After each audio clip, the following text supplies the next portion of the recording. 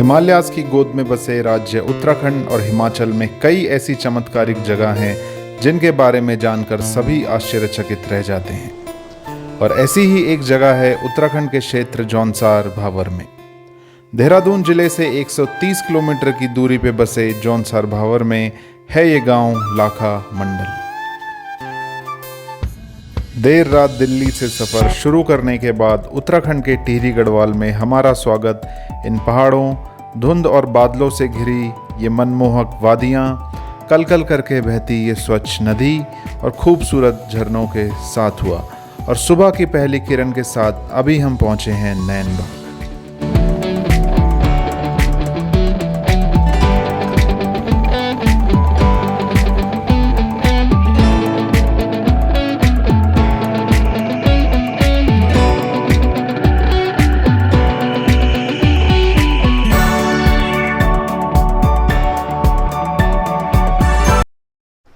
So hey guys, welcome back to the channel once again. So अभी बज रहे हैं दिन के 3 और हम पहुंचे हैं अभी लाखा मंडल से 5 किलोमीटर पहले। सामने आप देख सकते हैं मेरे, ये है आपका एंट्रेंस लाखा मंडल के लिए और चक्राता एंड टाइगर फॉल भी यही रास्ता जाता है। और राइट साइड में ये रोड जो है ये है यमुनोत्री के लिए, जो आपने पिछले ब्लॉग्स में भी देखा होगा हमारा सफ़र यमुनोत्री के लिए।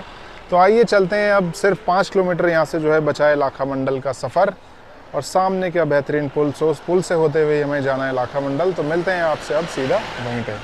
Let's go.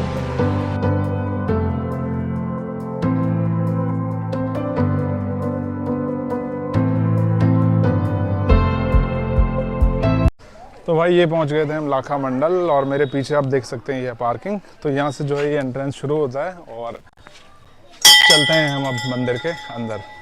तो भाई ये है सुंदर सा गांव, यहाँ पे लाखा मंडल मंदिर जाते वक्त आपको जो है मिलेगा। और देख सकते हैं आप पीछे पूरा जो है अब ये मॉडर्नाइज हो चुका है और कुछ पुराने घर अभी भी हैं यहाँ पे और ये छोटे छोटे बच्चे भी इधर। तो ये पूरा आप इस गांव के बीच से होते हुए आते हैं लाखा मंडल मंदिर के लिए। तो भाई ये पहुँच गए हम मुख्य मंदिर लाखा मंडल में प्रवेश कर रहे हैं और ये है यहाँ से सीढ़ियाँ और सामने ये प्रसाद लिया है और चलते हैं अब ऊपर। चलो, क्या हुआ, चलते हैं। इस क्षेत्र की कई जगह ऐसी हैं जहां मात्र 2 फीट की खुदाई करने पर ही यहां हजारों साल पुरानी मूर्तियां निकल आती हैं और शिव की लाखों मूर्तियां पाए जाने के कारण ही जगह का नाम पड़ गया लाखा मंडल। ASI यानी भारतीय पुरातत्व विभाग को भी खुदाई के दौरान यहां सैकड़ों शिवलिंग व दुर्लभ मूर्तियां मिली, जो इस बात का प्रमाण है कि यहां द्वापर युग में दुर्योधन ने पांडवों को जीवित जलाने के लिए लाक्षागृह का निर्माण किया था। इसीलिए लाखा मंडल को ऐतिहासिक और पौराणिक दोनों ही नजरियों से काफी महत्व के साथ देखा जाता है।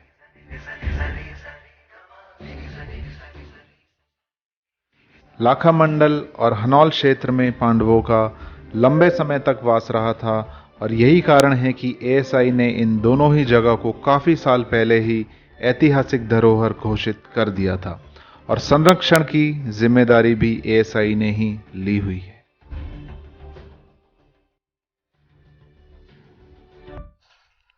हर हर महादेव, जय श्री शंभो। तो मेरे सामने जो आप ये 2 मूर्तियां देख रहे हो, ये जो है बहुत ही पुराने टाइम पे तो दानव और मानव के नाम से ये दोनों मूर्तियां बहुत उस समय प्रसिद्ध थी, क्योंकि जो है कहते हैं कि अभी भी ऐसा माना जाता है कि पास में जो गांव है और गांव के बीच में ये स्थित ये मंदिर है। तो ऐसा माना जाता है कि यहाँ पे तुरंत जैसे किसी की मृत्यु पिछले कुछ घंटों में हुई हो तो यहाँ पे उस अगर मृत शरीर को लाया जाए तो जो है कुछ टाइम के लिए जो है वो फिर से जो है जीवित होता है इंसान और उसकी आत्मा को जो है यही मानव और दानव विष्णु जी तक ले जाने का कार्य करते हैं। तो ऐसी ये मान्यता है यहाँ की और बेहद ही प्राचीन और बेहद ही खूबसूरत। और देख के शायद कुछ लोगों को आपको लग रहा होगा कि एक मूर्ति का ये हाथ जो है टूटा या कटा हुआ है, लेकिन ऐसा नहीं है। जब इन दोनों मूर्तियों का यहाँ पे हज़ारों साल पहले यहाँ पे स्थापित ये हुई थी, तभी से जो है एक मूर्ति का हाथ नहीं है और बिल्कुल जो है वैसी की वैसी अभी भी प्राचीन था और वैसे ही पुराने पत्थर देखिए अभी भी ये बिल्कुल वैसा बना हुआ है। और मेन सबसे विशाल शिवलिंग ये बीच में एकदम मंदिर के जस्ट आपको दिखता है साइड में।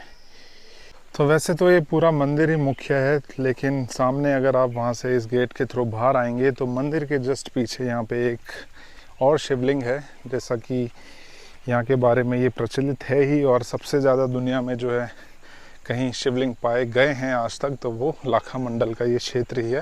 तो एक शिवलिंग और है, और इस शिवलिंग के बारे में ख़ास बात यह है कि इस पर जो है अपनी परछाई उज्ज्वलित होती है, लेकिन किसी भी कैमरा वगैरह से उसे फ़ोटो खींचने की कोशिश की जाए तो वो नहीं दिखता है। करते हैं हम भी दर्शन।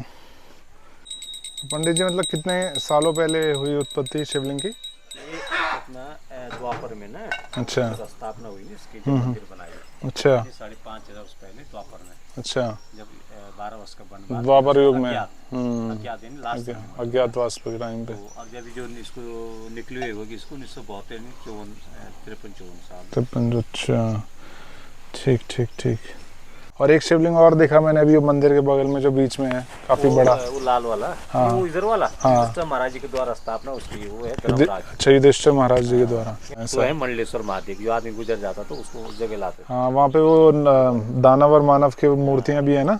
ठीक ठीक। तो बोलते थे कि जैसे किसी की मृत्यु होती है एकदम से, पल भर के लिए आत्मा, इसलिए होता था ना कि पहले रात में बैकुंठ को जाते थे, तो जैसे कभी किसी के मुंह से नाम आया ही नहीं भगवान का, तो उसको मोक्ष कैसे मिल जाएगा। अच्छा, तब उनके अंदर प्राण डाल के उनसे नाम उच्चारण करके तब मोक्ष की प्राप्ति मिल जाती थी। ये थे वहाँ का, तब वो विष्णु जी तक ले आने का वो कार्य करते हैं। ये परंपरा थी ना। ठीक, चलिए ठीक है पंडित जी, नमस्कार। ओके।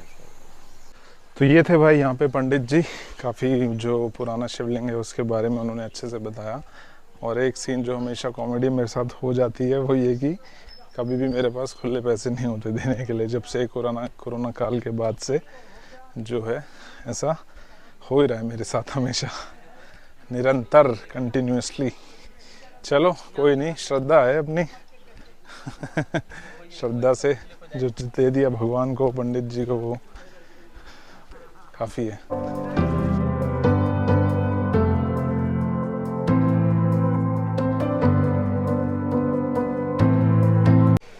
तो पंडित जी ने जैसा अभी बताया, यही वो जगह है जहाँ पे ये सबसे विशाल शिवलिंग है। तो यहाँ पे जो है छत्र, एक ढक्कन है यहाँ पे ऊपर, मैं भी आप लोगों को जाके दिखाता हूँ।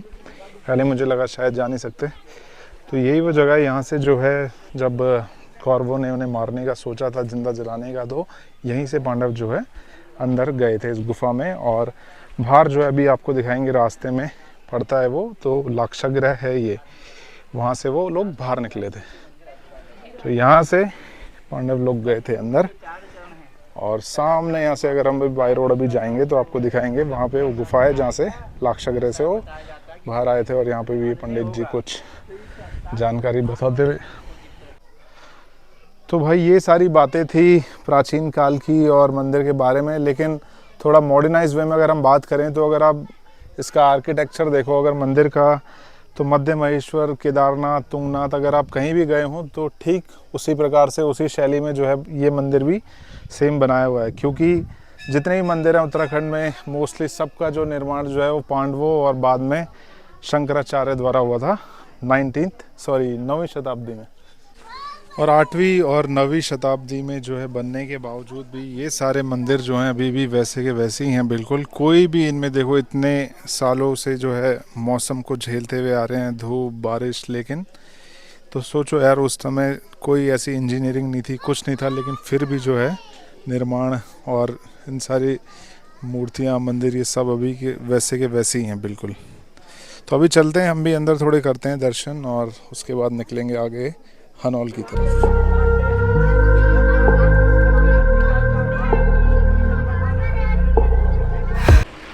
लाखा मंडल, तो कुछ और जानकारी आप जो है इस पे पढ़ के पूरी इन्फॉर्मेशन यहाँ ले सकते हैं। इस साइड हिंदी में और इधर पूरा ये इंग्लिश में। तो पॉज करके वीडियो को आप ये इन्फॉर्मेशन भी ले सकते हैं लाखा मंडल के बारे में। चलते हैं अभी आगे और दिखाते हैं आपको गुफा जहाँ से जो है पांडव बाहर निकले थे, लाक्षागृह।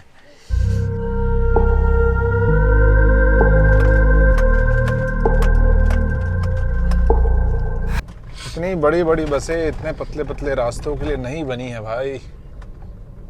तो भाई ये पहुंच गए हम प्राचीन गुफा लाक्षागृह, जिसे नाम दिया गया है, और प्राचीन काल में भी हालांकि यही नाम था। तो लाखा मंडल से मात्र 1 किलोमीटर की दूरी पे ये लाक्षागृह।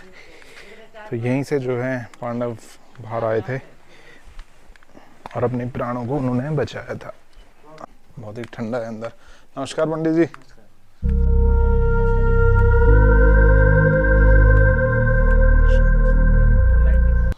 तो लाक्षागृह में मात्र 20 मीटर चलते ही आपको यहाँ ये दिखेगा और सामने ये है आपका शिवलिंग गुप्तेश्वर महादेव। तो वो सामने अगर आप देख रहे हैं तो वो है शिवलिंग और पानी यहाँ पे जो है निरंतर हमेशा टपकते रहता है शिवलिंग पे। तो बस भाई हम निकलते हैं यहाँ से, हम लाक्षागृह से, और आज की हमारी मंजिल है हनौल। तो बस इन्हीं कुछ यादों के साथ और इन्हीं कुछ तस्वीरों के साथ अब हम यहाँ से निकलते हैं। हर हर महादेव, गुप्तेश्वर महादेव की जय हो। चलो पंकज भाई। तो ये था हमारा उत्तराखंड हिमाचल बॉर्डर के काफ़ी समीप बसा हुआ क्षेत्र जौनसार भाबर और इस सीरीज़ का पहला एपिसोड।